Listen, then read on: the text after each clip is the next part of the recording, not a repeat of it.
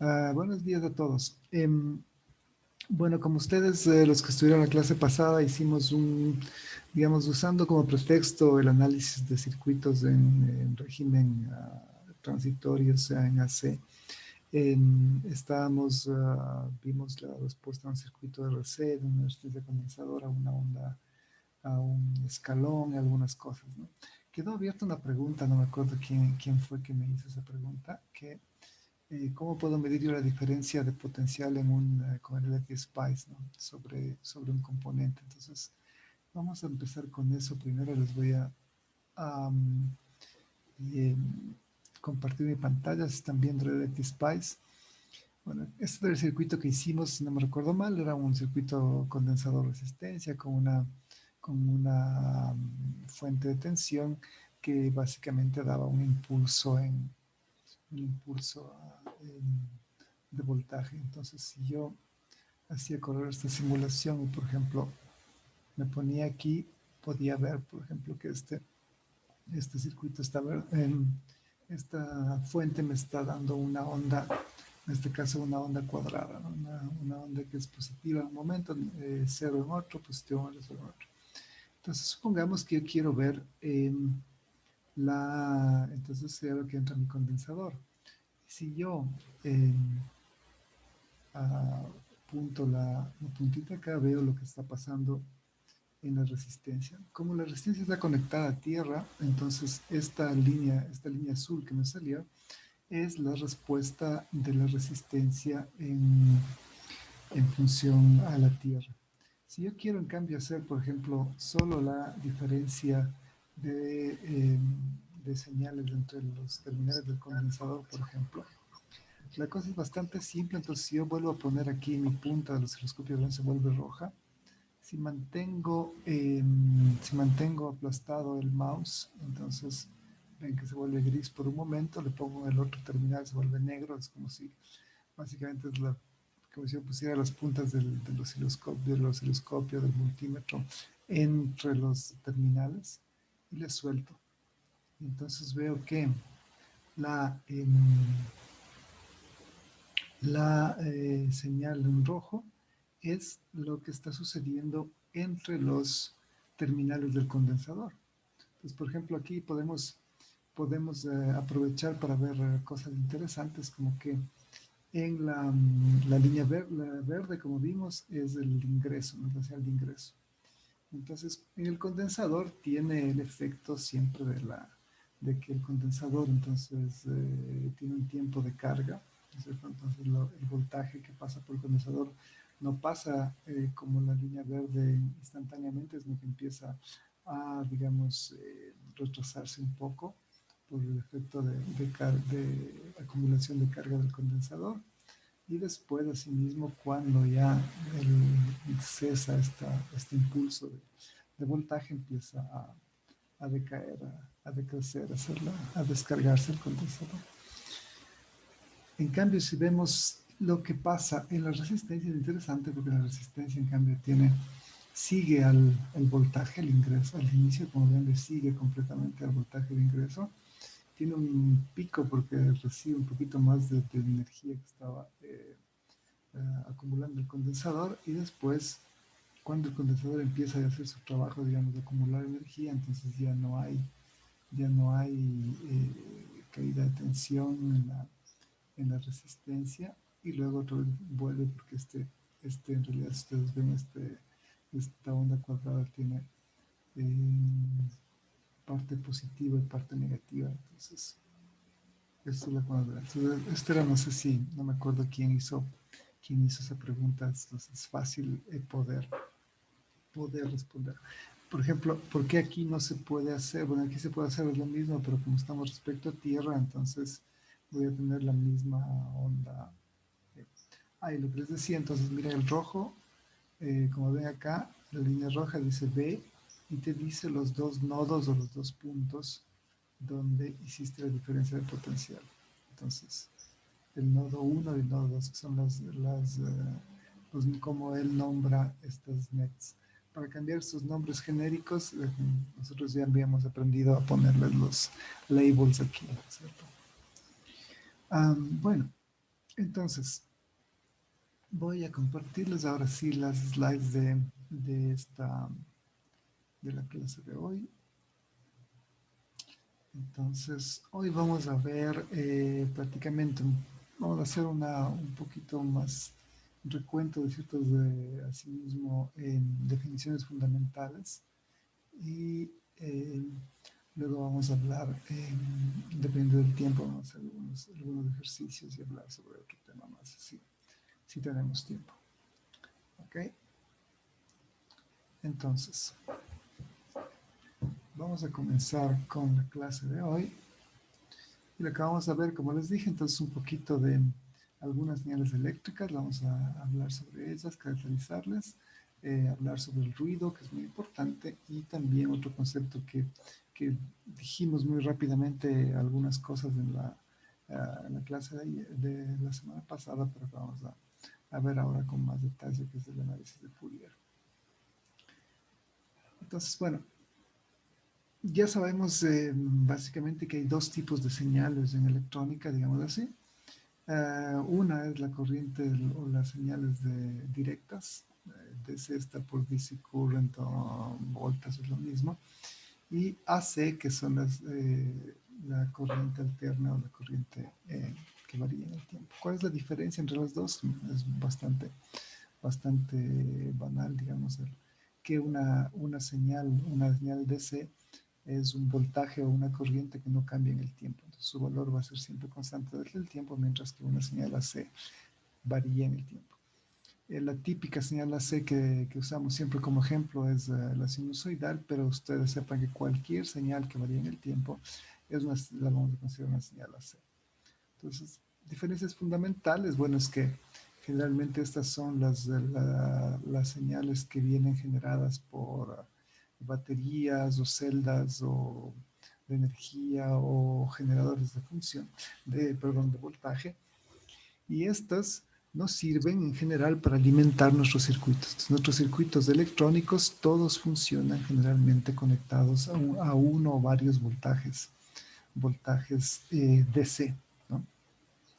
Mientras que las señales que nosotros tratamos, las que vamos a recibir de sensores, las que vamos a amplificar, vamos a filtrar, todas las señales con que vamos a trabajar en un sistema de medida, esas obviamente son AC, aunque puede haber una mezcla, por ejemplo, si yo eh, sumara estas dos señales, entonces tendría una señal eh, AC, ¿no es cierto? Pero que tiene más una componente DC. Entonces tendría las dos señales. Esto, entonces, depende de lo que yo quiera, lo que yo me quiera medir o cuál es el interés que tengo de mi señal. Por ejemplo, si supongamos yo quiero considerar solo la parte variable, ¿no?, de mi señal, supongamos voy a hacer vamos a abrir la pizarra para hacer un ejemplo acá. Entonces, supongamos que yo tengo, déjenme ver si es que hago un dibujito más. Entonces, supongamos que yo tengo acá un osciloscopio, o sea, un aparato que me permite mostrar eh, cómo cambia un voltaje en función del tiempo. Entonces, básicamente un osciloscopio es el ojo de los electrónicos, mover una señal en función del tiempo. Supongamos, dibujemos en general una señal de este tipo, supongámoslo, hagamos una cosa mejor. Ups, no quería borrar todo, mis disculpas. Vamos a ver acá otra vez. Entonces, voltaje en función del tiempo. Ya. Y habíamos dicho, entonces yo quería, pues, supongamos, tengo una señal de este tipo.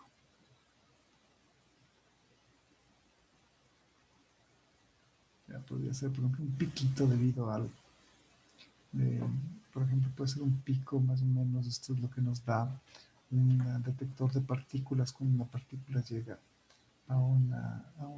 y es detectada, entonces un pulso eléctrico. Pues como les decía, esta señal puede tener entonces dos componentes.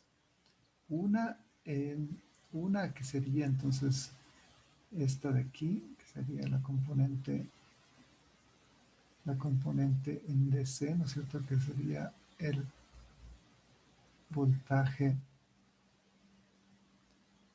la componente continua de la señal. Y otra que está en negro sería la componente en AC. Entonces, por ejemplo, si yo a esta señal, si yo a esta señal la hago pasar por un condensador en serie, entonces este, por ejemplo, esta es mi señal de ingreso y la hago pasar por un condensador, básicamente como yo sé que luego esta señal va a estar conectada a una carga, ¿no es cierto? Que le puedo siempre, em, que se la puedo siempre imaginar como si fuese una resistencia. Entonces, si yo tengo esto, básicamente lo que tendría es un circuito CR que hemos visto que se comporta como un filtro pasa alto, quiere decir que solo las frecuencias más altas de un cierto valor pasarían y otras no. Entonces, consideramos que la parte de C es una componente con una frecuencia muy baja, ¿no? O cero, digamos así, pero muy baja. Entonces este condensador va a ser de modo que que esta señal de C desaparezca y lo que yo voy a ver entonces si le hago a esta señal pasar por un condensador, voy a tener entonces que solo voy a quedarme con la señal AC. ¿Ya?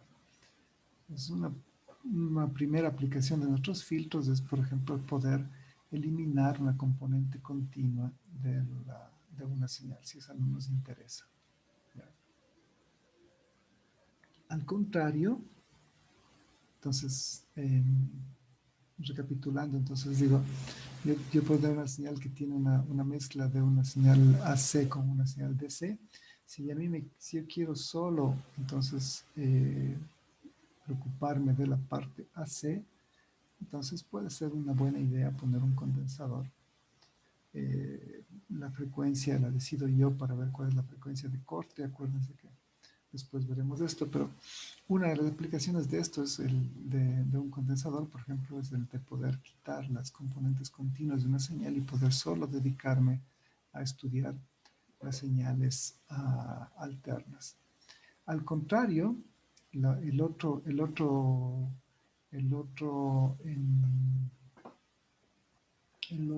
aspecto podría ser si, por ejemplo, como vamos a ver más adelante, si por ejemplo yo tengo una señal continua, pero que por por alguna razón extraña eh, se ha contaminado con interferencia de algún tipo, supongamos que yo tengo que esta sería idealmente ah,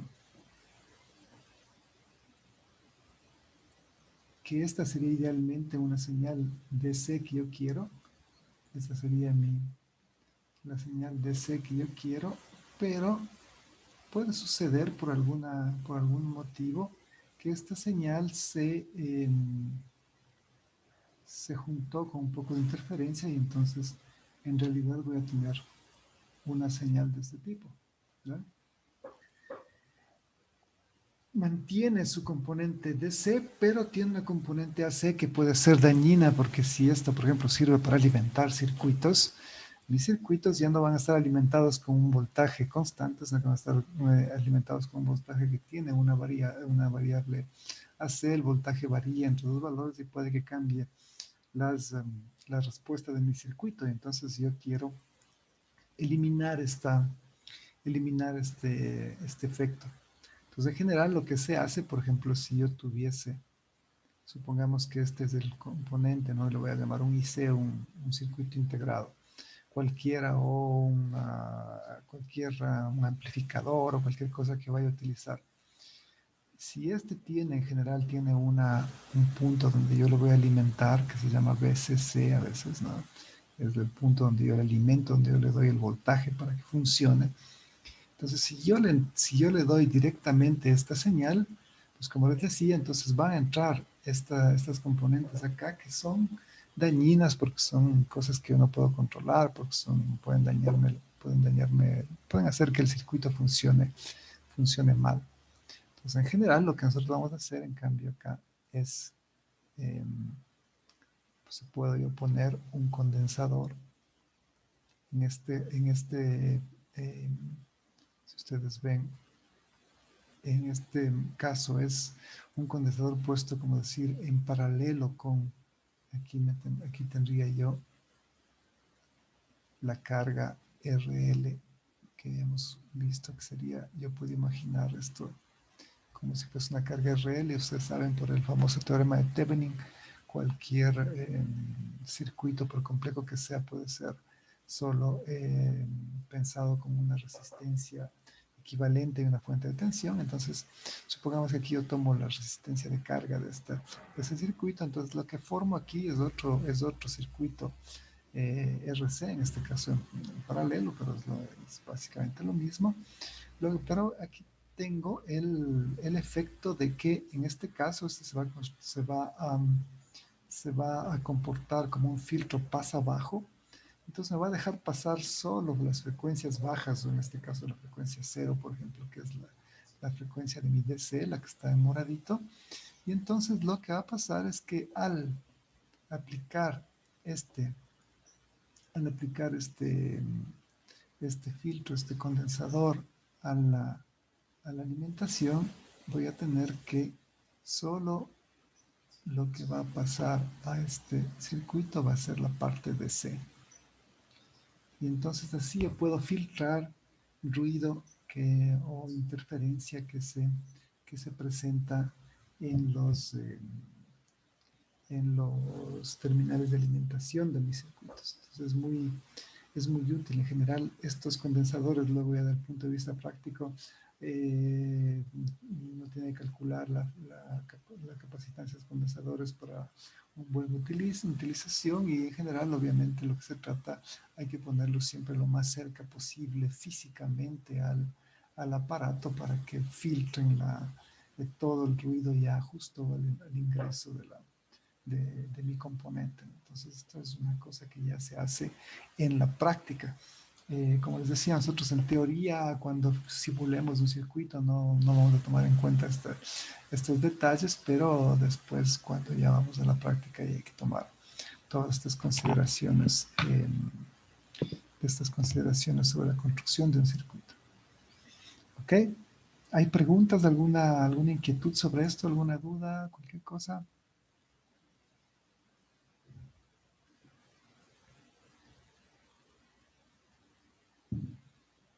¿Nada? ¿Todo bien? Ok. Profe, yo sí tengo una pregunta. Dime, Alfonso. Eh, Sino que la clase pasada, cuando vimos los filtros pasa abajo, había una resistencia, digamos, en el esquema que usted dibujó, estaría como al lado izquierdo, o sea, antes del capacitor, también en paralelo. No sé si, o sea, ¿por qué no se dibujó en este ejemplo? Esa es mi pregunta. A ver, déjame ver si eh, te refieres a este circuito.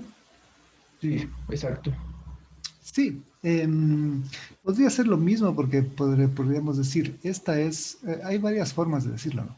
Esta es mi fuente, entonces podría ser la señal que estoy mandando, claro, la resistencia y el condensador. Entonces, esta parte de resistencia aquí en este circuito es un elemento que tú le pones, ¿no?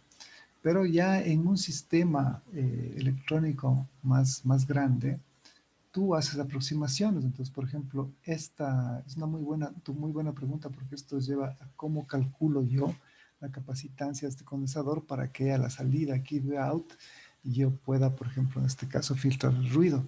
Entonces, yo tengo que saber la resistencia que tiene este cable o esta línea de transmisión, que es la que transmite el voltaje hacia hacia el punto de utilización, ¿sí?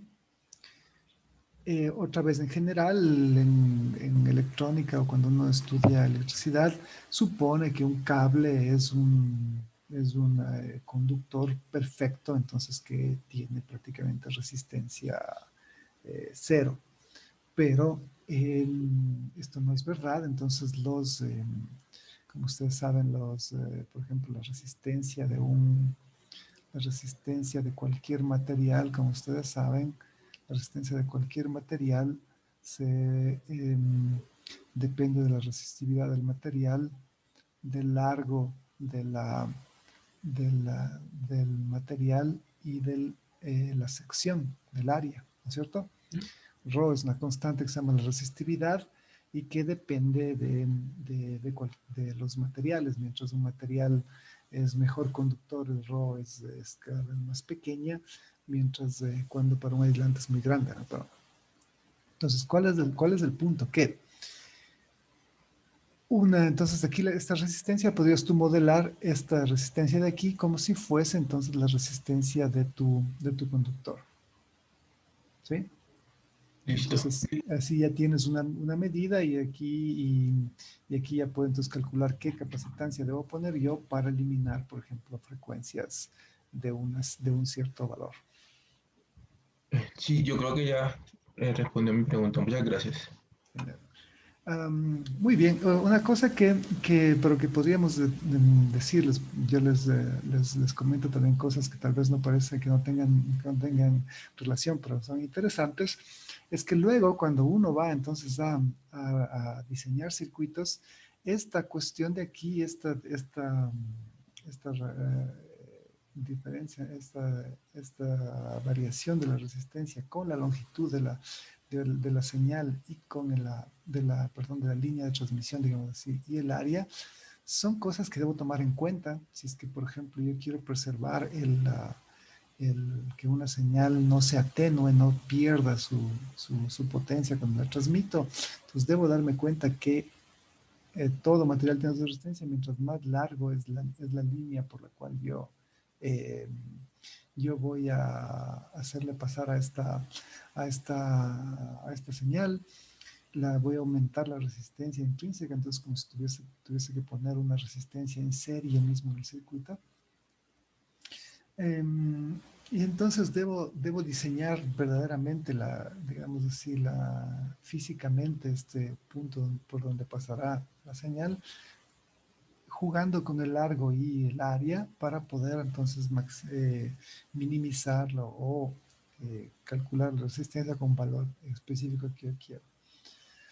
Otra cosa que es interesante es que, claro, entonces todas las líneas, digamos así, de transmisión tienen su largo y como ustedes saben también toda señal se transmite a una cierta velocidad en un medio, no es instantánea, no es infinito, no es la velocidad de la luz, es algo cercano.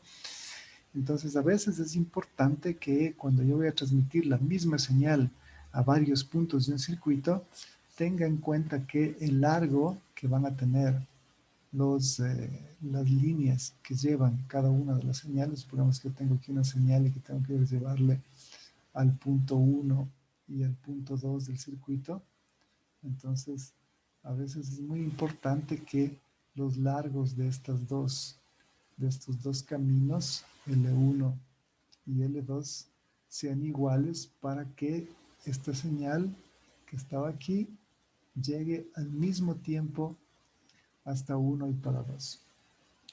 Esto, por ejemplo, en física de partículas es una cuestión vital, primordial, porque si suponte que que en esta línea está llegando un piquito que me dice, yo detecté una partícula y entonces por ahí esta partícula se llegó a un cierto tiempo t, ¿no? Supongamos t', entonces esta señal se va a transmitir al punto 1 en un tiempo de 1' que depende de cuánta distancia recorrió, ¿no es cierto? L1, porque la velocidad, digamos así, que es constante, entonces el tiempo que se demora en llegar al punto 1 será debido a L1 y asimismo el tiempo T'2 será el tiempo que se demora en llegar al punto 2. Entonces, de ahí ustedes pueden imaginarse el problema, digamos así, que si es que en estos tiempos T'1' y T'1'2 no son iguales, entonces el que está la persona que está recibiendo la señal en el punto 1 llegó en un tiempo, en el otro un tiempo 2 llegó en otro tiempo, entonces podría a crearse problemas y no poder sincronizar la información. Yo debo, en un modo, entonces, garantizar que las señales van a llegar prácticamente al mismo tiempo, no importa que se demoren algún tiempo, lo importante es que se demoren el mismo tiempo para llegar de modo que no se vayan a desincronizar. Entonces, una de las cosas que son preponderantes en un sistema sincronizado donde yo estoy midiendo también el tiempo de arribo de ciertas señales, es que yo debo diseñar todo de modo que no haya retraso o adelanto, digamos así, entre la llegada de señales a varios puntos de un circuito. Cuando ustedes vayan a trabajar en el CERN, los que irán por allá, por ejemplo, ahí es preponderante todos los cables que se usan para conectar un instrumento con otro son de un largo predeterminado, calculado, de modo que yo sé exactamente cuántos nanosegundos o qué tiempo de retraso me introduce un cable. Entonces, los cables que hay en el CERN en realidad no están divididos por distancia, por largo, sino que están divididos por tiempo. Entonces, tú cuando hablas con alguien de ahí, le dices, préstame un cable de 2 nanosegundos, un cable de 5 nanosegundos, y uno al principio puede decir de qué está hablando, ¿no? Es porque son los cables, son el largo de los cables que genera entonces un retraso de tantos nanosegundos. Entonces no me interesa aquí cuándo llegó esta señal. Bueno, yo sé que llegó a un cierto tiempo. Lo que me interesa es que por ejemplo, estos dos cables sean de igual largo, de modo que cuando llegan a los instrumentos 1 y 2 todavía llegan con la misma, en el mismo instante, movido en el tiempo, pero en el mismo instante. Ok, volvamos entonces a lo que estábamos diciendo. Entonces, recapitulando, entonces yo puedo tener señales mezcladas de voltaje AC y DC, pero ya veo que es fácil que yo pueda entonces deshacerme de una señal DC si no me interesa, o también de una señal AC si es que así. Entonces la diferencia fundamental es en las señales AC. Las señales AC son entonces tienen muchos más aspectos que considerar, porque tienen entonces, tienen periodicidad, tienen el valor de voltaje o de amplitud va cambiando en el tiempo. La típica señal sinusoidal es como habíamos dicho, la típica señal AC, por definición es la sinusoidal. Entonces, lo que es importante ver es que tiene su frecuencia, varía en el tiempo, la amplitud varía en el tiempo, tiene un valor máximo que luego varía en el tiempo y tiene también una fase relativa a un cierto valor. Entonces, una señal AC debe estar caracterizada por su amplitud y por su frecuencia y también obviamente por su fase. Entonces aquí podemos hacer algunas definiciones en realidad para poder estar claros sobre cómo medir una señal AC, porque la señal DC es lo más fácil, como hemos visto, el voltaje tiene un voltaje constante. Entonces, por ejemplo, si quiero calcular la potencia que disipa un circuito con una corriente DC es muy fácil, tan solo calculo la corriente total que absorbe el voltaje que está alimentado y ahí por B ya tengo el valor.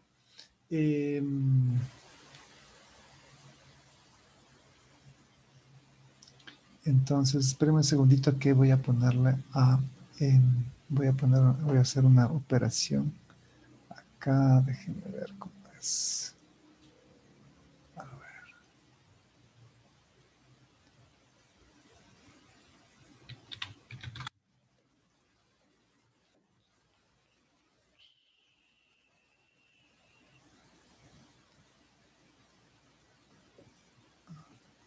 ok. Ok, listo, Andrea, ya estás como co-host. Gracias, Denis. ¿Quién es J? José Antonio José también está Antonio, perdón. conectado. Ya. José Antonio, aquí está, sí, verdad. Ok, Hola, ahora sí, Denis, buenos días. ya. Ok, excelente. Entonces, ahora sí estamos. Entonces, como les decía, ¿cuál es el punto? Entonces, que una señal, entonces en AC va a tener primero un valor que lo caracteriza, que es el voltaje de pico o el máximo voltaje que va a tomar, ¿no? Entonces, por ejemplo, en la señal sinusoidal, nuestro valor de pico, nuestro valor de pico puede ser, por ejemplo,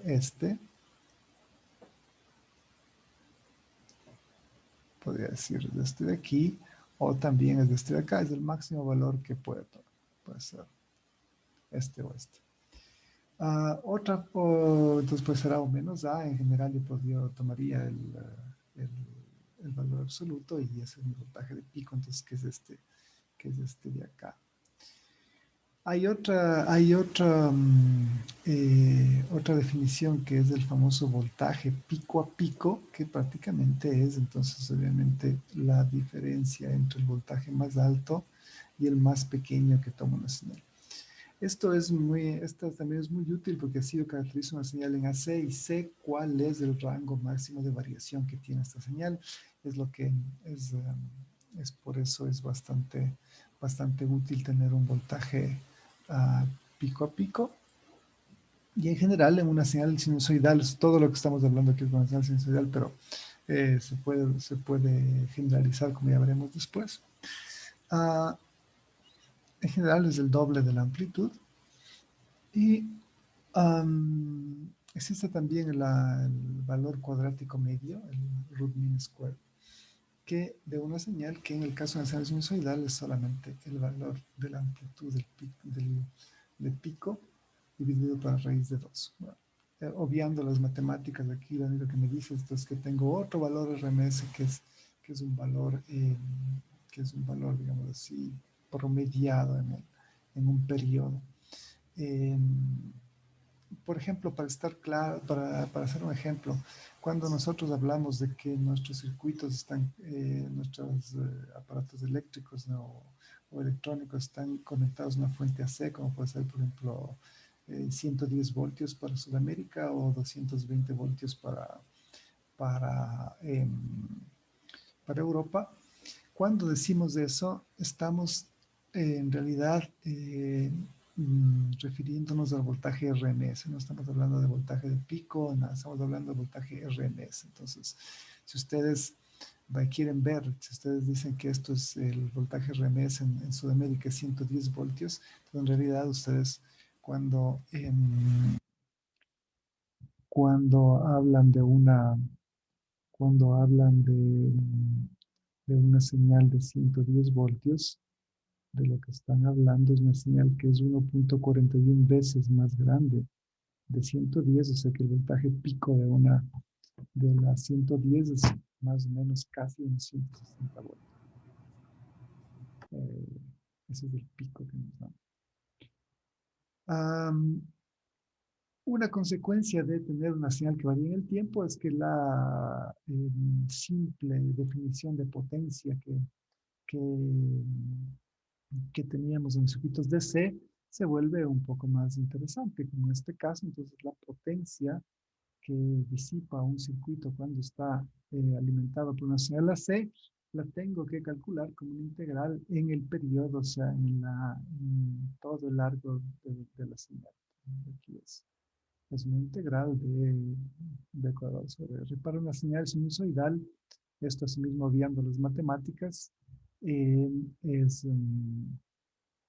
es entonces igual a el voltaje RMS al cuadrado dividido para R, en el caso de, una, de una- en el caso de un circuito resistivo.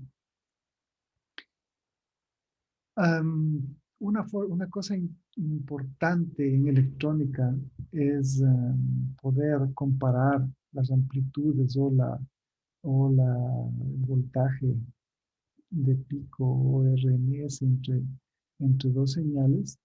Entonces, para eso, en general, usamos los decibeles. Lo dijimos muy rápidamente la clase pasada cuando hicimos el análisis AC de los filtros. Pero lo que nosotros usamos, básicamente, el dB es una medida relativa, el decibel es una medida relativa que me pone entonces que me pone en relación cuán grande es una señal respecto a otra. ¿Ya? ¿Ok? Entonces puede ser expresada en dos modos. En este modo es si yo estoy tomando los voltajes como referencia, entonces 20 veces logaritmo en base 10 de los voltajes, pero si yo hago hago una operación de logaritmos muy simple, digo, voy a poner un 10 acá, entonces sería igual a 10 logaritmo en base 10 de el argumento al cuadrado, ¿no es cierto? Entonces, si voy al cuadrado, puedo ver que prácticamente puedo relacionar con esta ecuación que puse antes. Y entonces, en base a las potencias, yo puedo decir que un dB es 10 veces el logaritmo de la razón de las potencias disipadas por dos señales en una resistencia. Entonces, así yo puedo poner, por ejemplo, en relación cuán grande es una señal en la señal 2 como potencia en función de una señal 1 como potencia. Y, por ejemplo, podría ser el ruido, podría ser otra señal que no me interesa, o yo puedo comparar señales con un estándar, que es lo que se hace, por ejemplo, en comunicaciones. En comunicaciones se toma a esta potencia como la potencia disipada por una resistencia de 50 ohmios, que es en general la señal, perdón, la resistencia estándar de una usada en telecomunicaciones. Entonces, si yo calculo esto, puedo entonces tener una medida de la potencia relativa a las señales siempre eh, como dos señales arbitrarias o también referida a un estándar, una señal conocida. ¿Ok?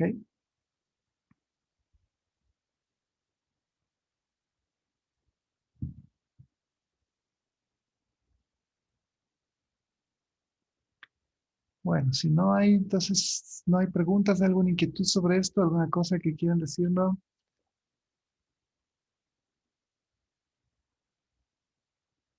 ¿Todo bien, chicos?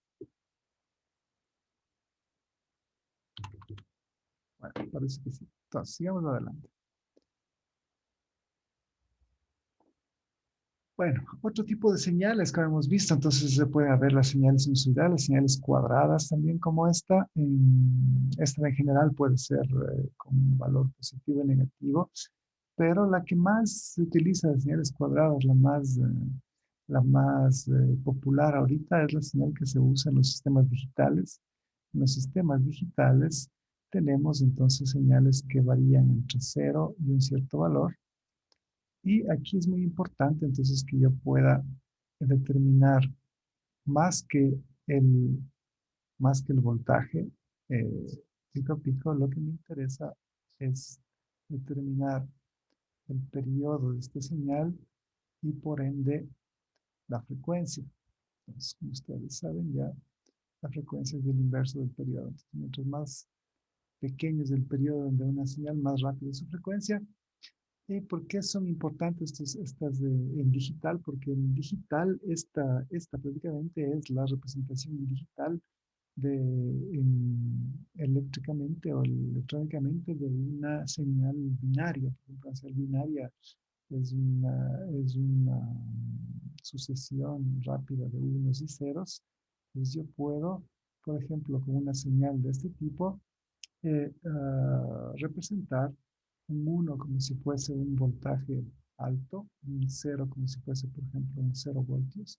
Entonces puedo representar eléctricamente una señal binaria y una señal digital y con eso puedo entonces transmitir información. Esta es la base, por ejemplo, por la que podemos transmitir información por todo nuestro sistema. Convertimos toda la información en una secuencia de unos y ceros. Que unos y ceros para mí son voltajes altos y bajos, y entonces transmito esto luego.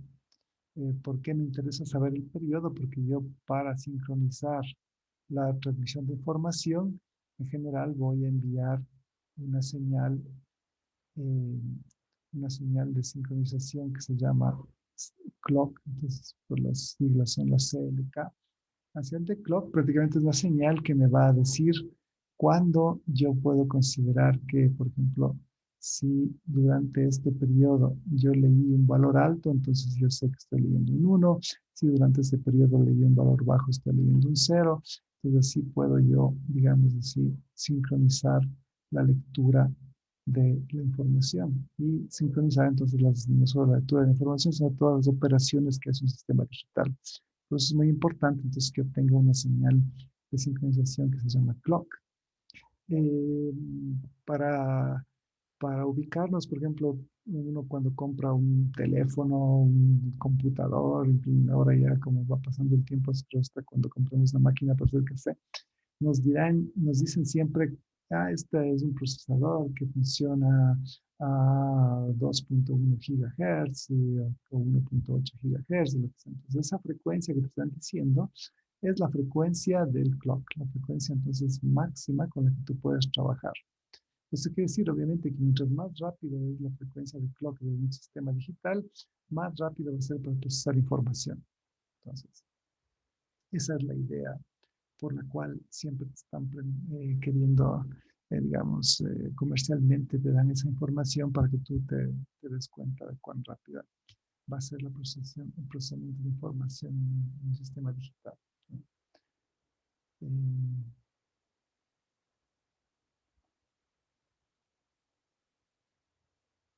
La señal de aquí abajo, por ejemplo, es una señal que se llama sawtooth, que es una como especie de rampa, ¿no? Una rampa que va subiendo y luego baja. Por ejemplo, estas señales se utilizaban muchísimo para la sincronización de la transmisión de la televisión o para muestrear señales en un, en un, ah, en un sistema de video o también en un osciloscopio. Entonces con esto voy barriendo la señal, repito, vuelvo a barrer las señales. Pero lo que nos interesa más de todas las señales, bueno, luego tenemos señales triangulares, y mezcla de todo esto, lo que nos interesa más a nosotros como señales es una señal que está presente lastimosamente en todo lado y que es la más difícil de poder no hablar de ella, digamos, y que es el ruido. El ruido, conocido en electrónica, el ruido es prácticamente cualquier tipo de señal no deseada que puede tener diferentes orígenes. Por ejemplo, puede tener origen por la agitación térmica. Todos los elementos, los materiales, como nosotros sabemos, están a una cierta temperatura diferente de cero, y entonces la agitación térmica de los átomos, de las moléculas que, que constituyen un material generan entonces una cierta señal eléctrica. La señal eléctrica se conoce como ruido. Entonces, en general, por ejemplo, una representación de un ruido es un ruido aleatorio. Los valores, si yo voy a tomar a cierto instante de tiempo, son valores aleatorios, pero tiene una chévere cualidad, digamos así, que son acotados. Como ustedes ven, entonces pueden estar entre un valor mínimo y un valor máximo. Entonces, yo podría, por ejemplo, si quiero simular un circuito y quiero simular también cuán inmune, digamos así, del ruido, cuánto ruido puede soportar. Entonces, yo puedo generar el ruido térmico Como por ejemplo, si ustedes programan en cualquier programación que hagan, habrá una función que me genera una señal random. Entonces, por ejemplo, qué sé yo, puede ser una señal random y yo le voy a decir entonces el voltaje máximo, el voltaje mínimo y máximo con el que quiero que, que cambie. Y entonces puedo generar esto y sumarle una señal.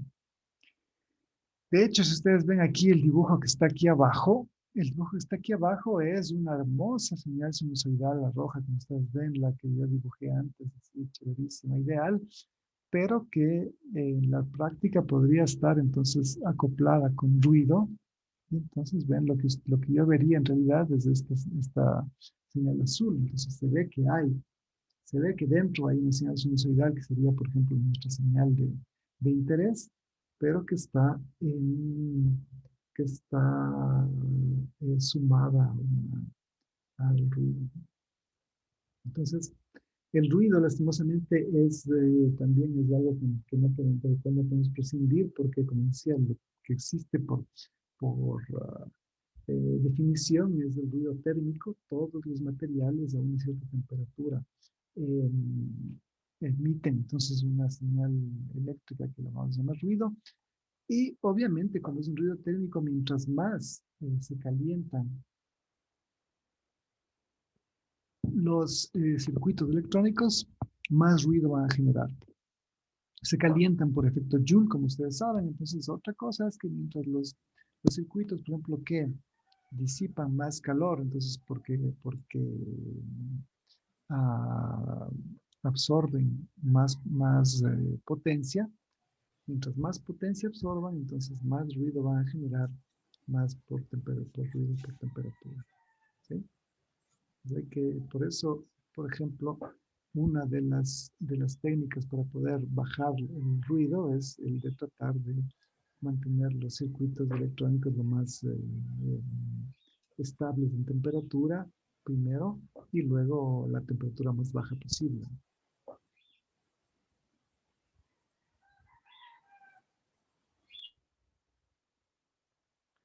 Entonces, por ejemplo, tratar de eliminar este ruido de una señal va a ser una cosa interesante que ya podemos ver cómo hacer. En general, la forma, digamos así, analógica, o sea, haciendo filtros RC, como ya hemos visto, es la primera, como se hacía, obviamente, históricamente primero, es la forma, pero es una forma en la que tenemos que estar muy, muy, muy atentos de que si vamos a hacer un filtro de un filtro para filtrar cierta parte de esta señal, no vayamos a filtrar también parte de la señal útil. Entonces hay que hacer bastantes cálculos para no caer en ese problema. En general, lo que se hace ahora, por suerte, ustedes están viviendo un tiempo muy, muy, muy bueno, digamos así, para la electrónica, es que estos tratamientos de señal, o sea, el quitar el ruido y otras cosas, lo podemos hacer ya con la señal digitalizada, es decir, ya no trabajamos con esta señal que varía en el tiempo, sino que a esta señal le vamos a convertir en un tren de pulsos digitales. Y en un tren de pulsos digitales es mucho más sencillo, entonces, filtrar las señales no deseadas. Ahora, antes de pasar a esa parte que también es una parte muy, muy interesante, entonces hay algunos tipos de ruido, como les dije ya. El ruido, el más conocido, es el thermal noise, que se llama también Johnson noise, el ruido Johnson en inglés, que es por el nombre de su descubridor, digamos así. Que, como hemos dicho, se debe a que fundamentalmente todo material tiene una cierta resistencia, como les dijimos al inicio de la clase. Todo material, cualquier cosa, por más pequeña que sea la densidad de material, tiene una resistencia, se opone al flujo de electrones. Entonces, ese, Eso crea una agitación y los electrones van a estar golpeando con los átomos o moléculas de la, del material y eso genera agitación térmica y entonces genera ruido. Obviamente, entonces aquí a maneras de no es de broma, digamos, es que a menos de que estemos diseñando circuitos con superconductores, siempre tendremos el ruido de Johnson, siempre habrá un thermal noise. Como les decía, pero lo bueno del thermal noise es que siendo aleatorio, yo le puedo también tratar como si fuese una distribución normal de una variable aleatoria. Entonces, está por todo lado, es difícil de eliminar, pero es fácil de tratar matemáticamente porque le puedo considerar una, una componente aleatoria, entonces una distribución normal. Um, Luego está el shock noise, que es el ruido por golpe, digamos, estoy traduciéndolo muy brutalmente. ¿Cuál es qué es lo que sucede? Que como ustedes saben, en realidad, el concepto de la corriente, o sea, de que los electrones están fluyendo de un punto al otro de un circuito, es una mentira, ¿no? No es que un electrón parte del terminal positivo del circuito y atraviesa todo el circuito hasta llegar a tierra y empieza de nuevo la otra vuelta. No es esa la verdad es que es una interacción, entonces los electrones que están cerca del inicio, digamos, del inicio del circuito vibran y esa interacción se transmite se transmite en el material y eso es lo que nosotros, digamos, macroscópicamente vemos como corriente, pero en realidad microscópicamente es la transmisión de una interacción, ¿no? Eh, no es un flujo verdadero de electrones. Así que durante este paso, esta interacción, el material puede ser, no es obviamente perfecto, puede haber también barreras de potencial entre un punto y otro. Entonces, todo ese tipo de efectos puede crear entonces lo que consideramos un ruido, ¿ya? Y este es mucho más preponderante en los semiconductores. Los semiconductores son materiales a los cuales, como su nombre mismo lo indica, no está bien definidos si es que son conductores o aislantes, pero esa misma poca definición los hace muy útiles para poderlos utilizar en electrónica, porque yo con un pedazo de semiconductor, si yo lo modifico en cierto modo, puedo conseguir una región de un mismo semiconductor que sea con una resistencia muy alta, entonces construir una resistencia dentro de un capacitor de silicio o hacerla que la resistencia sea mucho más baja, que sea un conductor, entonces hacer que transmita la misma señal. Entonces, por eso es que yo puedo miniaturizar un circuito con elementos discretos, resistencias condensadores, transistores, lo que sea, en un pedazo de silicio. Esa es ventaja que tiene. La desventaja, entre comillas, es que tendrá su ruido, entonces eso también me va a determinar, qué señales puede pasar yo en un semiconductor sin que se distorsione o se dañe, ¿no? Um, y, otro, eh, y otro tipo de circuitos de ruido que vienen de los circuitos electrónicos es el que se llama 1 sobre F o flicker noise. Es 1 sobre F, es un nombre muy bueno porque nos da también ya una información. Es un ruido que es inversamente proporcional a la frecuencia de la señal. Y esto es bueno, esto quiere decir que es un ruido que es muy preponderante a frecuencias bajas, pero que cuando la frecuencia de la señal empieza a subir, entonces ya este flicker noise más, es, más pequeño, entonces lo puedo inclusive no considerar. Entonces, si yo tuviese Si yo hiciese una,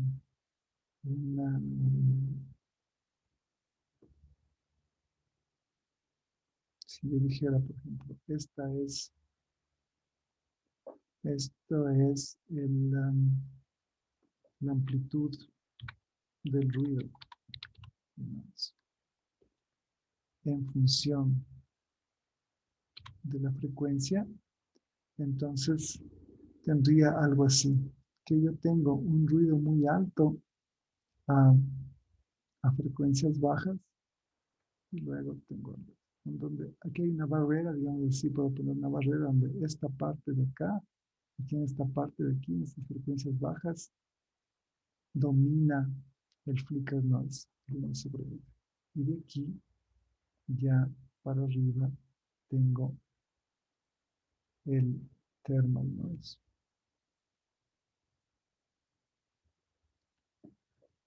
Entonces, para evitar este flicker noise, lo que yo tengo que hacer es trabajar a frecuencias altas. Entonces, ahora tal vez ustedes se pueden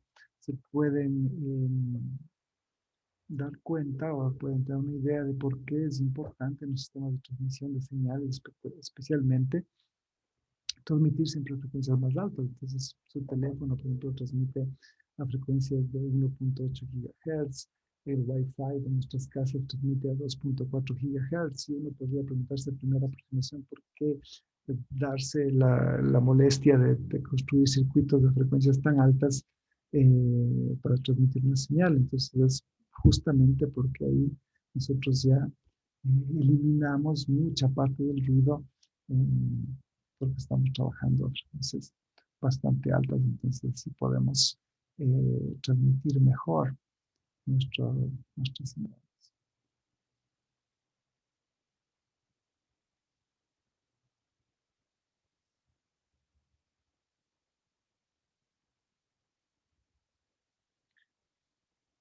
Um,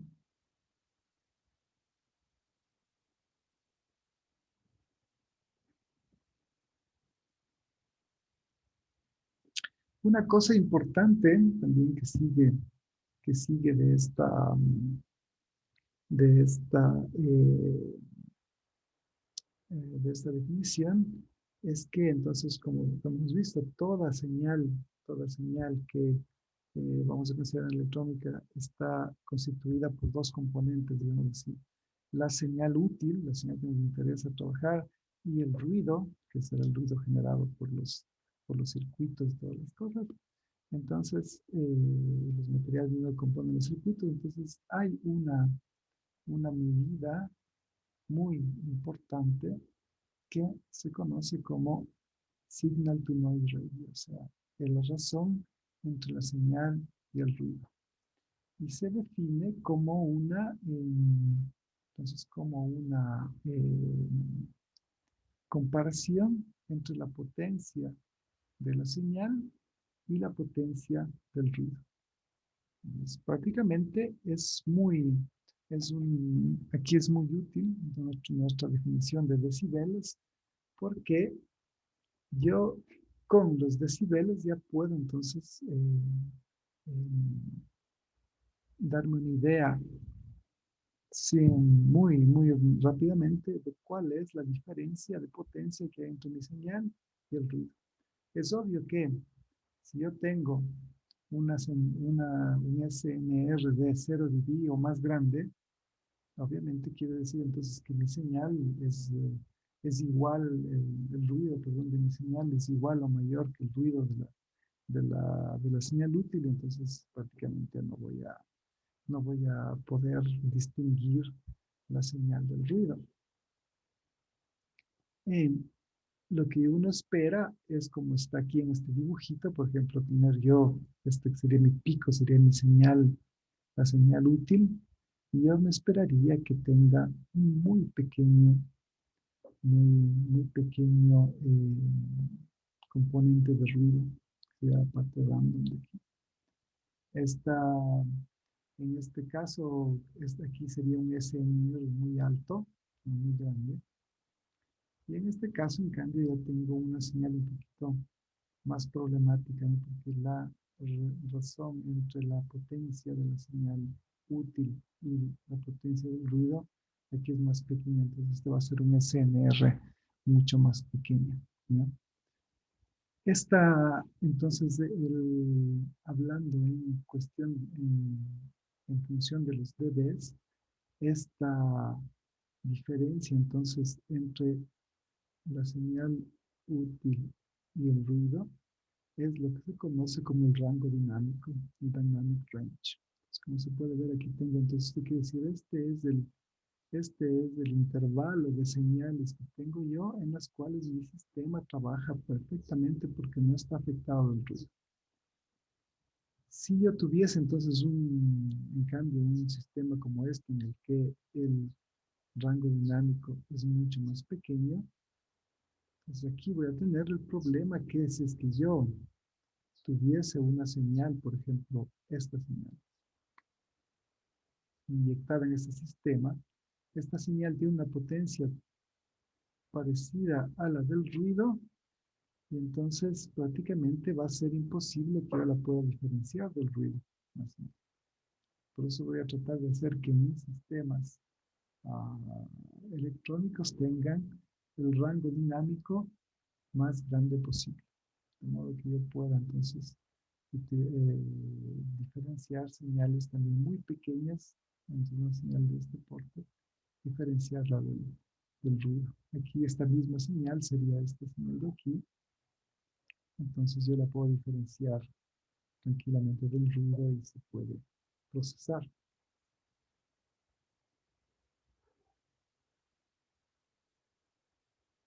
Esto es muy importante cuando yo diseño amplificadores, porque si quiero amplificar una señal, amplifico todo, no solo la señal útil, sino amplifico también el ruido. Entonces, mientras más grande el rango dinámico de mis amplificadores, más fácil podré amplificar una señal sin que el ruido venga a crearme problemas.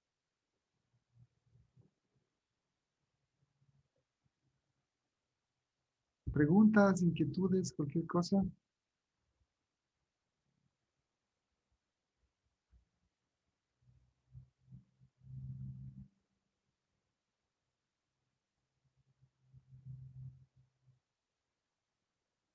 Del punto de vista práctico,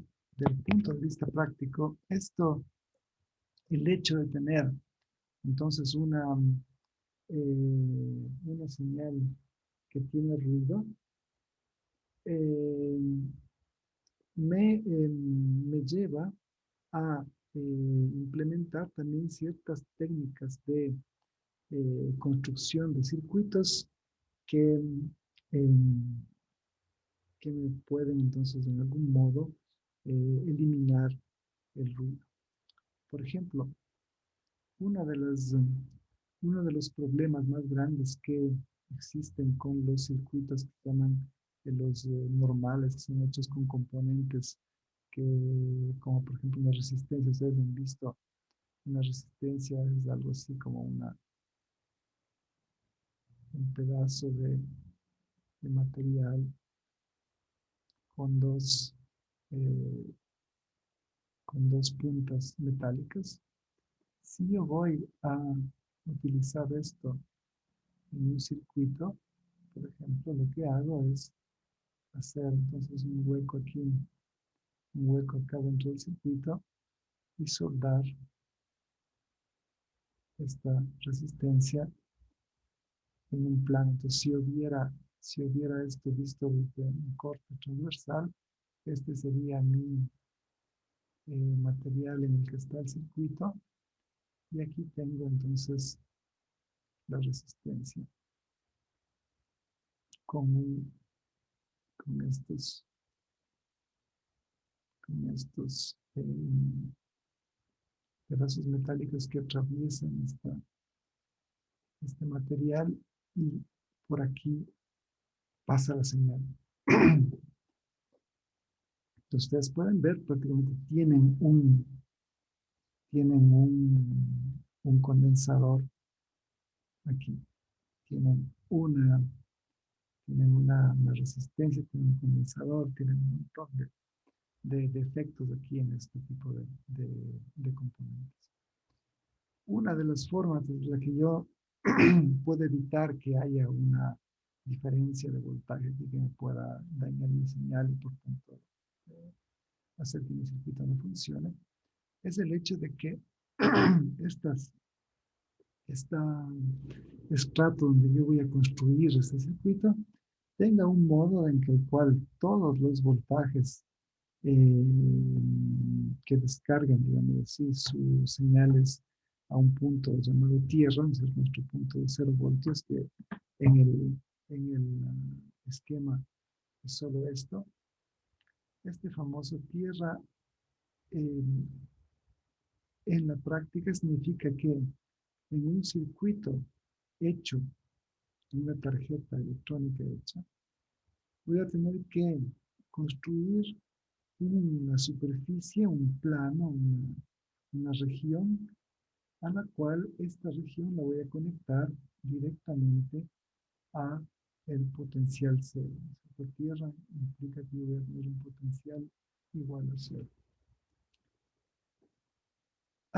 Si yo hago, por ejemplo, si yo no hago que esta sea una región muy grande, entonces lo que voy a tener no es un plano, sino que voy a tener un cable por el cual circula otro tipo de señal, nada más.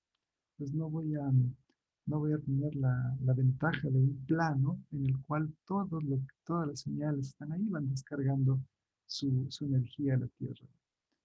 Y así voy a evitar interferencias. La forma mejor de hacer un circuito para que no haya interferencias es tratar de tener un plano grande de Tierra. Este problema que veíamos hace un ratito de las resistencias que atraviesan los planos, entonces es como si tuviésemos una resistencia que está atravesando dos planos, aquí tengo una señal de voltaje que atraviesa dos planos, puede crearme efectos capacitivos. Entonces, ¿por qué se usan ahora en vez de estas resistencias? Se usan resistencias que se llaman de surface mount, se llaman la tecnología SMD, surface mount devices. ¿Por qué? Entonces, una resistencia de surface mount básicamente es una plaquita donde aquí tengo la resistencia y tiene sus terminales que son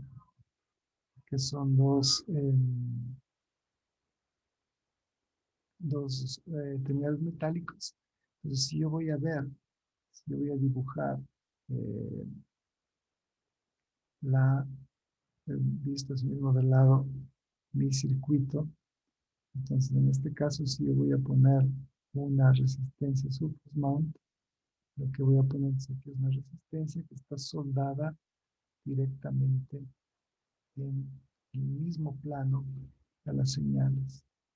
Entonces, aquí ya no hay una parte que atraviesa los planos, sino que están en el mismo plano. Entonces, para mí es eh, mucho más fácil diseñar y evitarme ciertos efectos.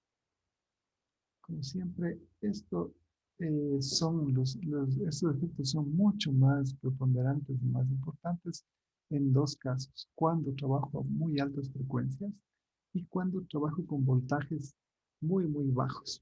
Entonces, nosotros como instrumentalistas para detección de partículas nos interesa el segundo caso, porque las señales que se generan de los detectores de partículas en realidad en general son señales de muy pequeña amplitud. Estamos hablando, pueden ser de microvoltios, de nanovoltios, inclusive menos.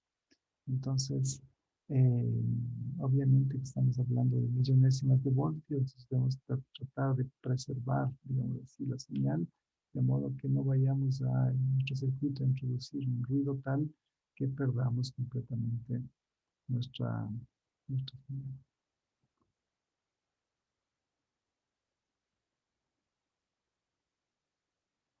Aquí se me perdió el título, pero este es del análisis de frecuencias. ¿Por qué, ¿por qué es interesante esto en electrónica? Porque, como habíamos visto, entonces, el ruido, las señales tienen sus frecuencias, son en general señales alternas. Y hay una forma, entonces, que ustedes deben haber estudiado ya, que es el análisis de Fourier, o de Laplace, como prefieren llamarle, que nos dice que básicamente yo puedo entonces representar cualquier función real como una suma de números complejos. O dicho de otro modo, para hacerla mucho más operativa, números complejos son básicamente una sucesión de funciones sinusoidales. Entonces yo puedo decir en realidad que cualquier señal, señal eléctrica, que es una función que varía, que es una función del tiempo, cualquier señal eléctrica la puedo yo representar como la suma de coeficientes multiplicados por exponenciales, o dicho de otro modo, puedo hacerle una suma de senos y cosenos. Y esto es el principio fundamental del análisis de Fourier, que que me da eh,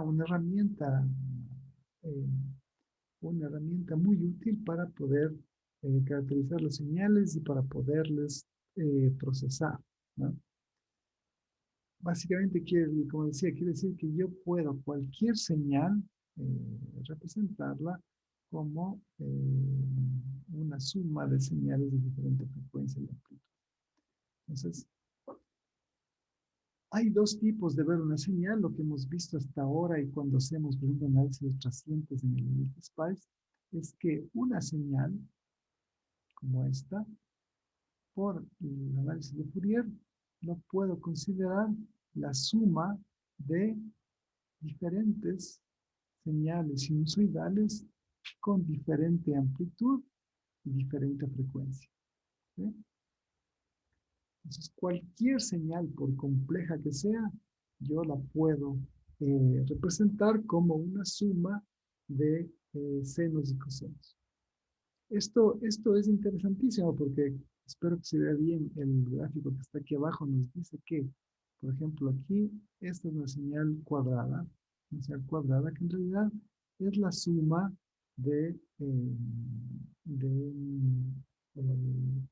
sinusoidales con una cierta periodicidad, ¿no? Entonces, si yo sumo estas tres señales sinusoidales, obtengo, por ejemplo, esta onda cuadrada.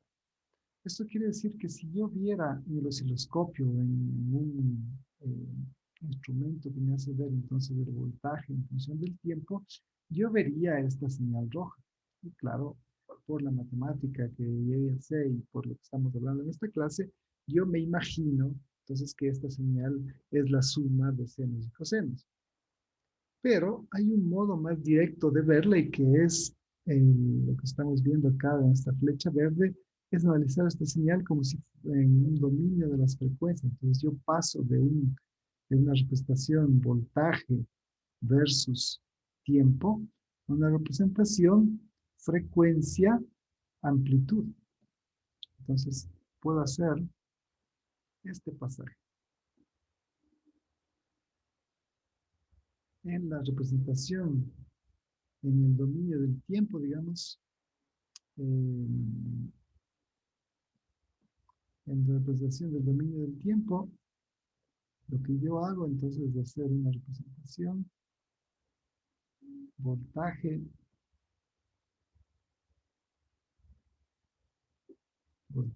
corriente, lo que sea, lo que yo quiera, en función del tiempo. Cuando voy al dominio de la frecuencia, cuando paso el dominio de la frecuencia, voy a hacer en cambio una representación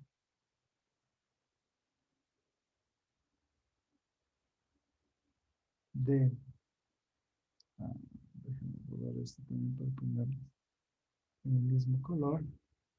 Yo hago una representación de aquí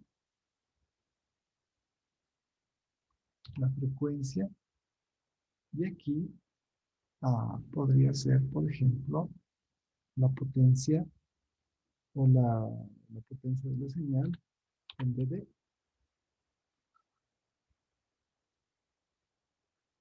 Entonces ahí lo que tengo es que si esta señal, si en el tiempo yo veo una señal como esta,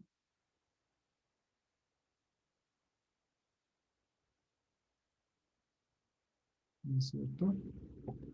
En el dominio de las frecuencias yo tengo que esta va a ser, entonces voy a ver entonces un,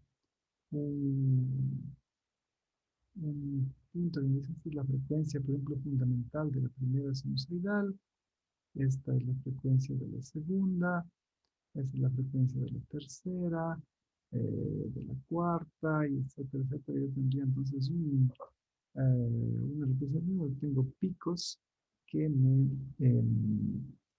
que en realidad si hubiera esto en la realidad vería yo piquitos, así, un piquito de frecuencia, sí, de acá. Este sistema de acá, este sistema se dice también de otro modo que yo estoy representando el espectro de la señal, o sea, los componentes de la frecuencia, y un equipo que me puede hacer ver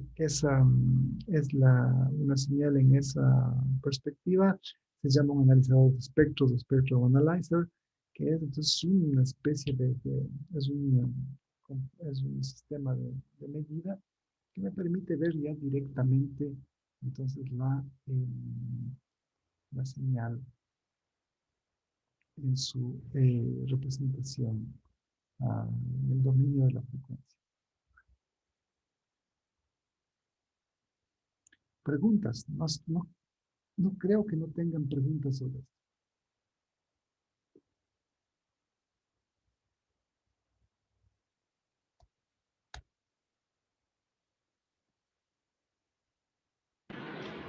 Profe, una pregunta, ahí cuando graficó en el dominio de la frecuencia, en el eje Y colocó decibeles y no era amplitud o cómo. Sí, sí, buena pregunta. Puede ser amplitud, ¿no? Puede ser amplitud, pero como por ejemplo tú ya, como ya hemos dicho, los decibeles es una medida relativa, entonces yo puedo tener ya aquí los decibeles porque puedo prestar la amplitud de la componente, por ejemplo, en función de un valor mínimo que sería la amplitud mínima del ruido, supongamos. Entonces, si yo puedo ya directamente acá, si ya represento esto en decibeles, yo puedo ver ya, por ejemplo, el rango dinámico de mi señal. Puedo ver cuál es si es la señal más grande, cuál es su diferencia con el piso, digamos así, con la más baja. Eso ya puedo ver directamente el rango dinámico de la señal. Por eso es súper útil trabajar con decibeles.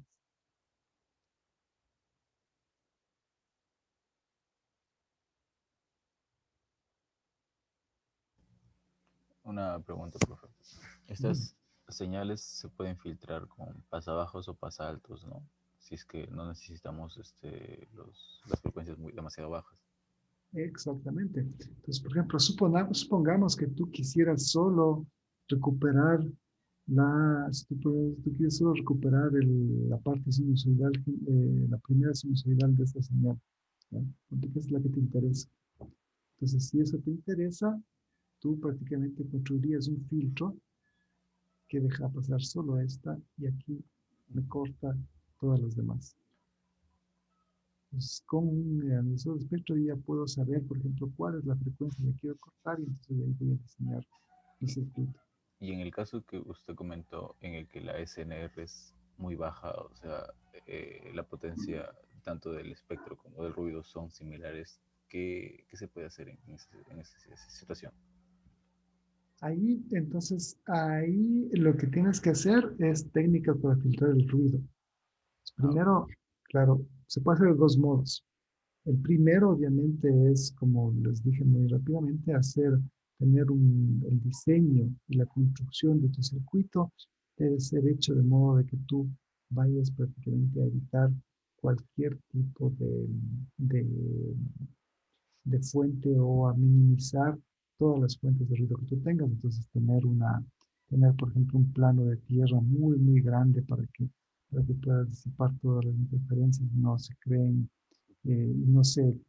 no vengan interferencias de afuera también, ¿no? Otra técnica, por ejemplo, para señales muy pequeñas es construirte la famosa jaula de Faraday. O sea, todo tu circuito va a estar, eh, va a estar cubierto por un conductor que va puesto a potencial cero, de modo que genere una barrera para que no entren interferencias externas. Dentro haces un plano de tierra muy grande, trabajas con la menor potencia posible para que los circuitos no se calienten o les enfríes de algún modo. Hay un montón de técnicas para ya evitar primero la, que las fuentes de ruido sean muy altas. Y después, entonces, cuando ya tienes la señal igual es muy pequeña, tienes que amplificarle a sí mismo con técnicas de amplificación que sean prácticamente con componentes, con técnicas de amplificación que te garanticen que vas a amplificar la señal y no vas a introducir más ruido en tus fases de amplificación. Y después, otra vez, filtraje. Vale, profe, gracias. Como les decía antes, estos filtros pueden ser hechos en analógico o en digital, pero lo interesante de este trabajo en frecuencia es que yo puedo hacer entonces una transformada que se llama transformada de Fourier y no sé si ustedes han visto, se usa muchísimo este término, la FFT, la transformada de Fourier rápida, que es un algoritmo que me permite construir entonces la representación a frecuencia de una señal con algoritmos que son muy veloces y que pueden ser entonces ejecutados por computadores o por sistemas digitales.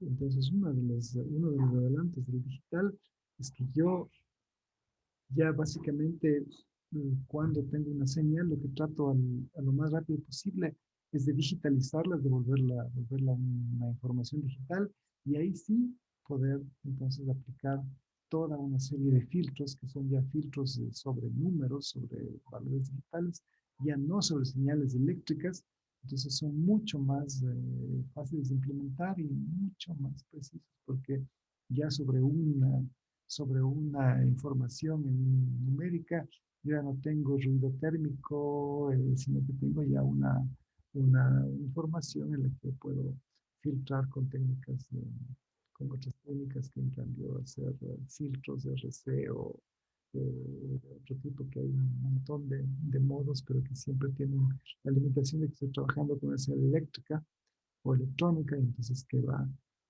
es susceptible a siempre ensuciarse, digamos, con el ruido, o distorsionarse.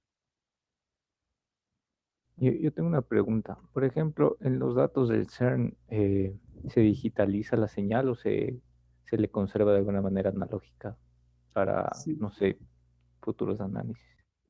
¿verdad? Lo que se hace en realidad es una muy buena pregunta la tuya. Vamos a ver, voy a poner la pizarra acá, borremos la pizarra. Entonces, vamos a utilizar esta parte de clase justamente para introducir el tema fundamental de un sistema de medida, especialmente en detección de partículas. Entonces, ¿qué es lo que sucede? Si yo tengo una interacción, ¿qué sucede como ustedes saben, en el CERN, por ejemplo, tengo haces de protones que golpean, que chocan, vienen en dos direcciones diferentes y se chocan a un cierto punto. Chocan a un cierto punto y los protones se destruyen y empiezan a generar una cantidad increíble de partículas elementales. Son partículas que tienen una cierta energía y que entonces esas partículas van a interactuar con la materia y lo que nosotros queremos como electrónicos es que esa interacción que sucedió, esas partículas generaron, de algún modo yo las pueda convertir en impulsos eléctricos para poderlos medir, tratar y almacenar, ¿ya? Entonces, la primera parte de un sistema de detección va a ser un medio, disculpen mis dibujos chuecos, pero va a ser un medio en el cual entonces, si aquí llega una partícula elemental, supongamos un muón, por ejemplo, este esta partícula que llega aquí produzca algo parecido o lo más cercano posible a un impulso eléctrico. ¿Ya? Pues aquí hay muchísimas técnicas. ¿Ya? Una técnica, por ejemplo, puede ser el efecto Cherenkov. El efecto Cherenkov, entonces yo pongo aquí un montón de agua. Yo pongo aquí un montón de agua, por ejemplo, este muón llega aquí al agua y como ustedes saben, el muón es una partícula relativista, entonces viaja siempre a la velocidad de la luz. La luz, pero dentro del agua, debería viajar a una velocidad más baja, ¿cierto? Más o menos 2/3 de la velocidad de la luz en el vacío. Pero como el muón entonces no se frena, él pasa por el agua a la velocidad de la luz. Es como si fuese una partícula que es, pues, es un objeto que viaja más rápido de lo que debería en el medio y produce una especie de shock por este efecto, ¿no? Como por ejemplo el shock ultra, cuando una partícula viaja más rápido que el sonido, genera el shock,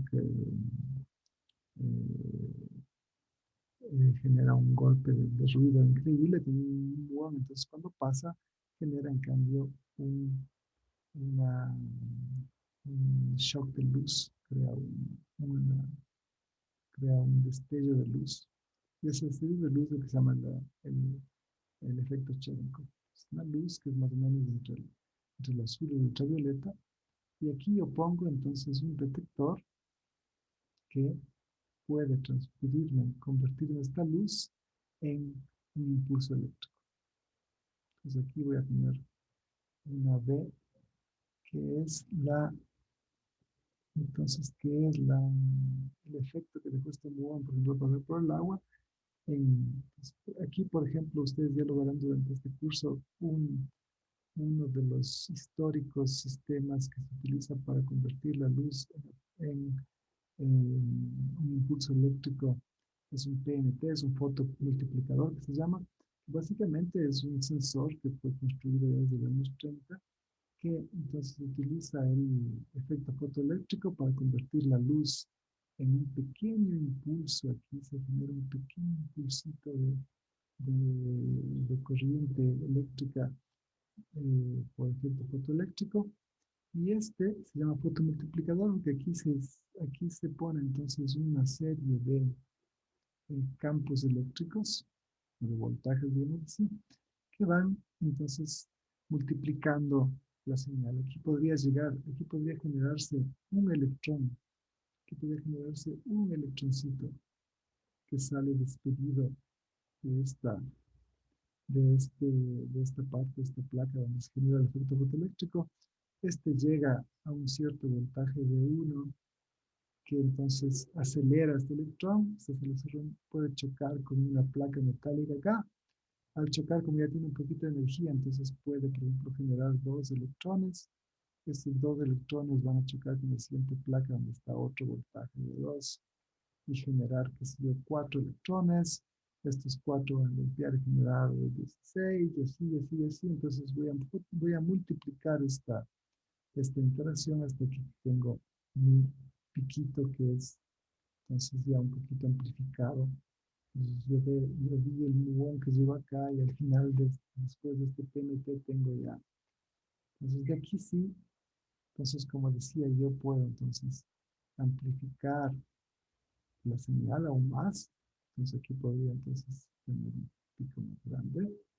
Como ya hemos visto, entonces supongamos que esta señal es, históricamente los PMTs dan un voltaje negativo, entonces yo puedo aquí hacer otro bloque en el cual le voy a multiplicar esta señal por -1, entonces voy a hacer un pico positivo.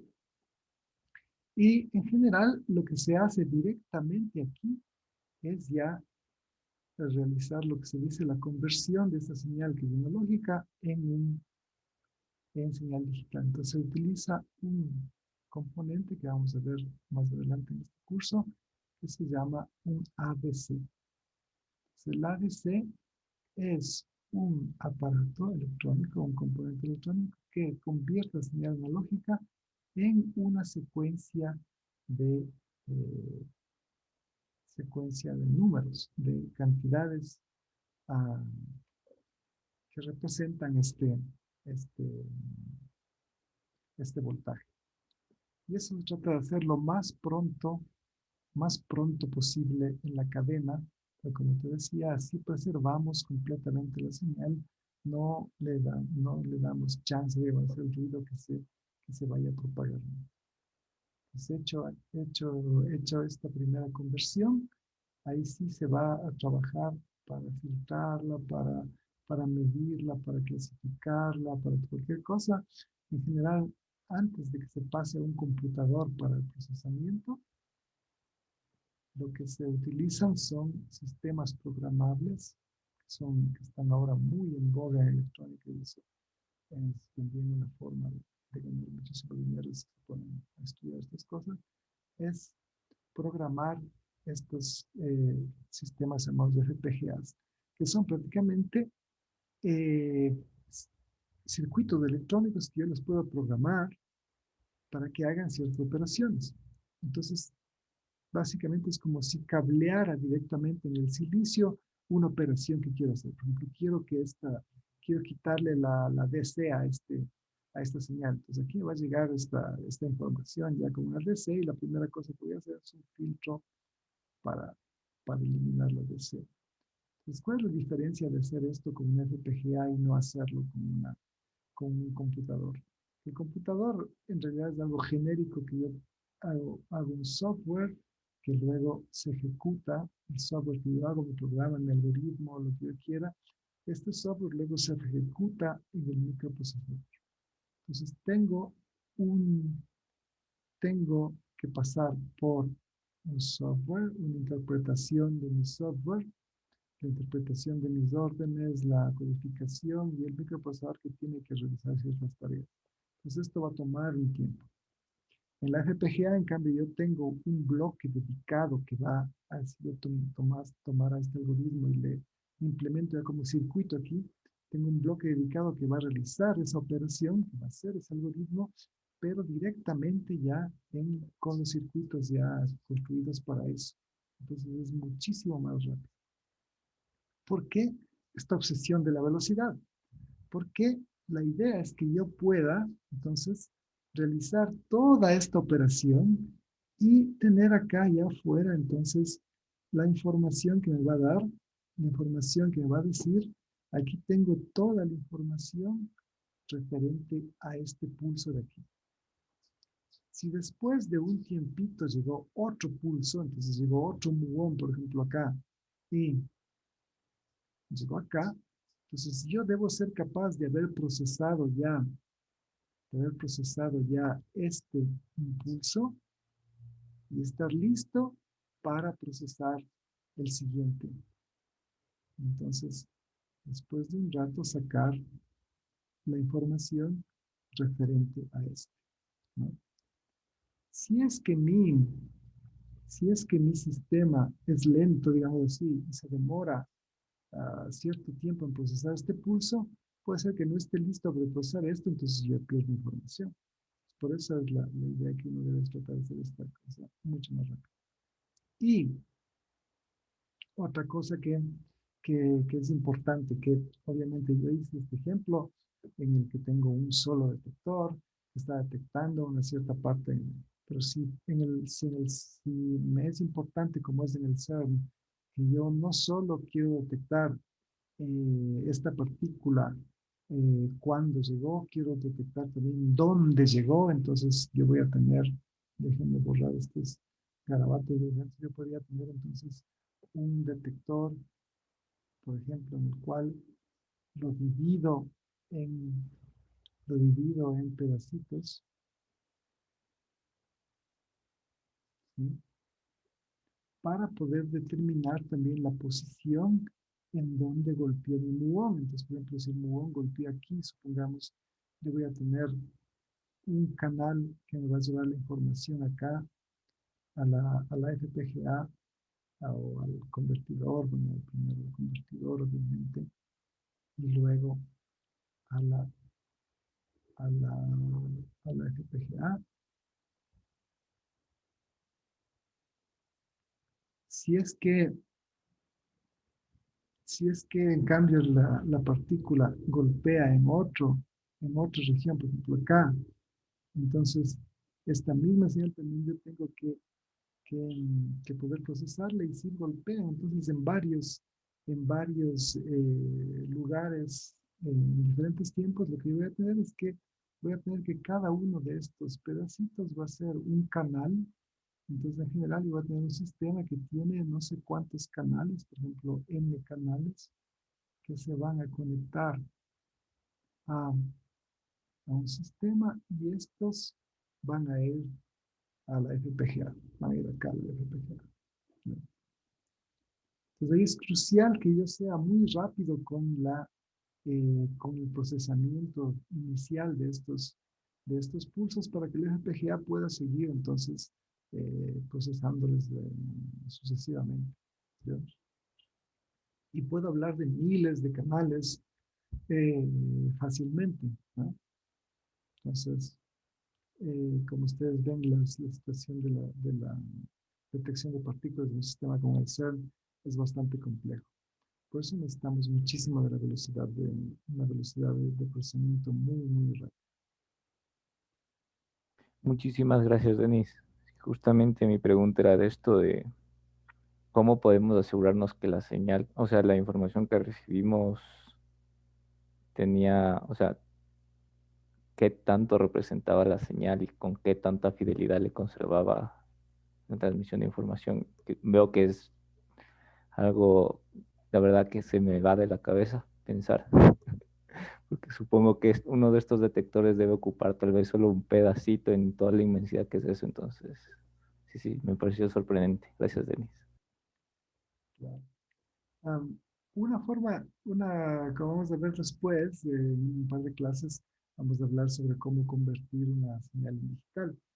Por ahora, quedémonos un poquito en la parte analógica. A ver si es que encuentro. Vamos a poder hacerles ver. eh,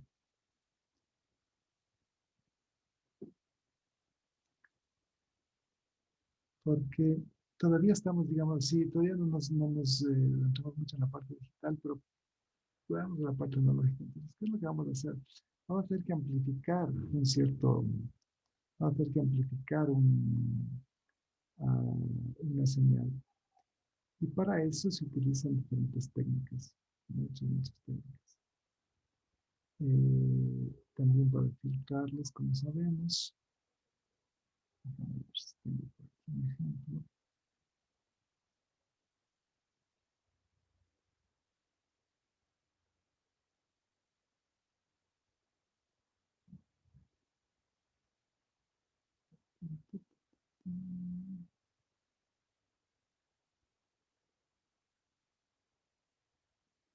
Por ejemplo, déjenme mostrarle ahorita mi Elite Spice.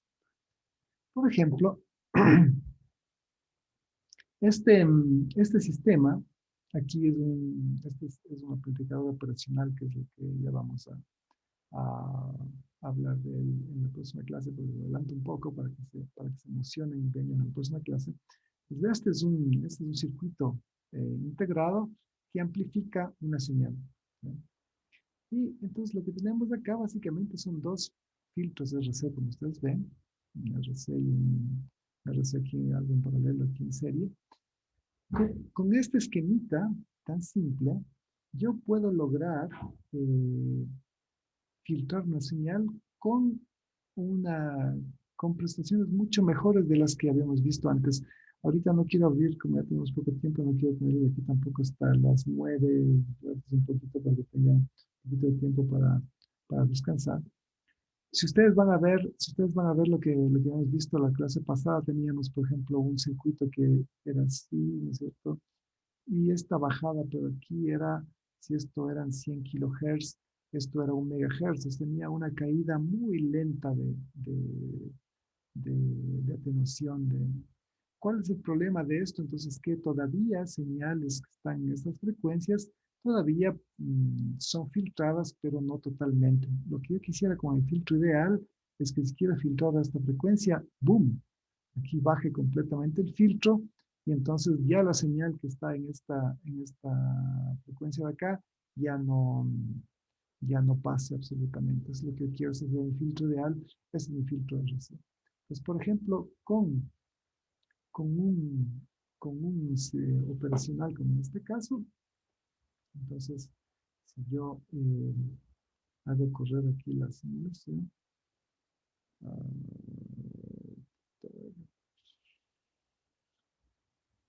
vamos a esto para que estén mirando. Entonces, si yo, por ejemplo, digo, esta es mi señal de ingreso a la salida, por ejemplo, este es un filtro, entonces que, ustedes ven aquí en azul, es un filtro que filtran en alto y en bajo, o sea, es un filtro pasabanda. Pues ustedes van a ver prácticamente la frecuencia es entre 1 Hz y 100 kHz. Si yo voy a ver el, si voy a ver la caída de este filtro es muchísimo más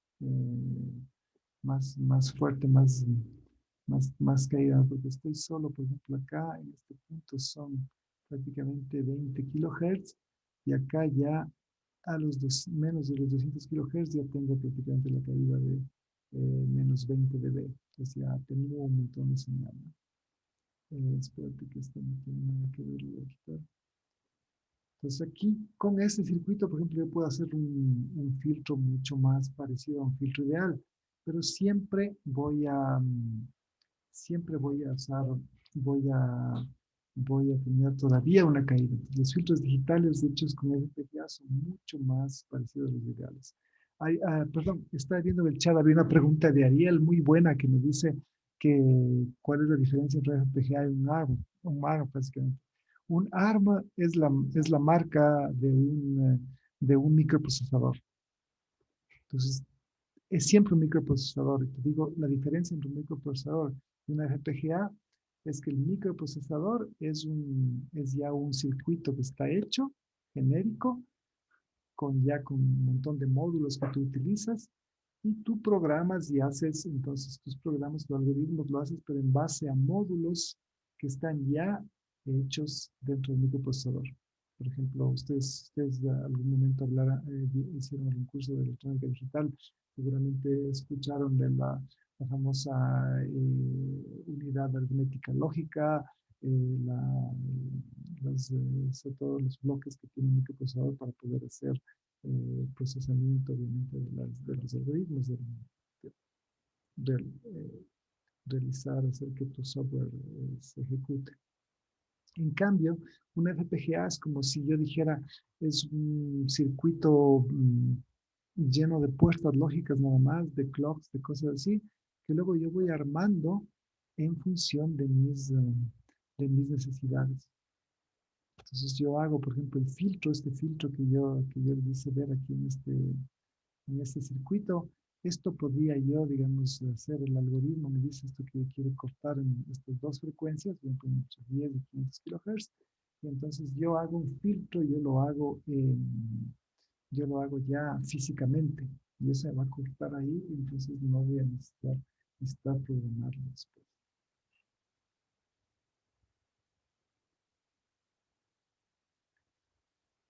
Bueno, es 8:50. ¿Tienen alguna pregunta? ¿Tienen alguna duda sobre esto?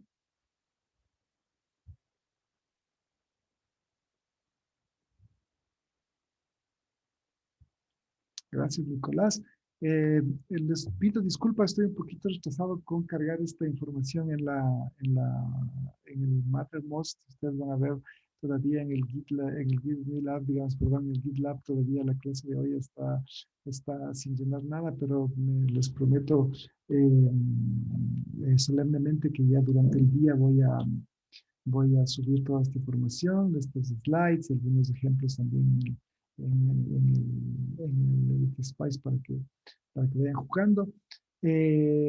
Por favor, sigan, estén atentos al Mattermost. Les pasé, ahí está también, Luis pasó el link para la clase pasada que que estaba grabada y obviamente para el link de esta clase.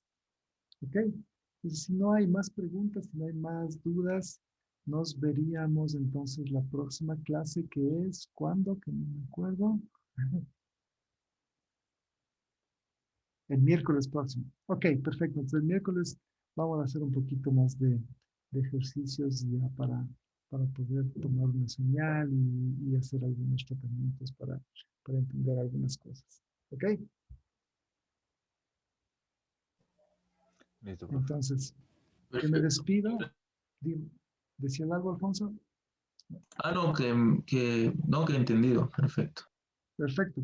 Entonces nos vemos el próximo miércoles, chicos.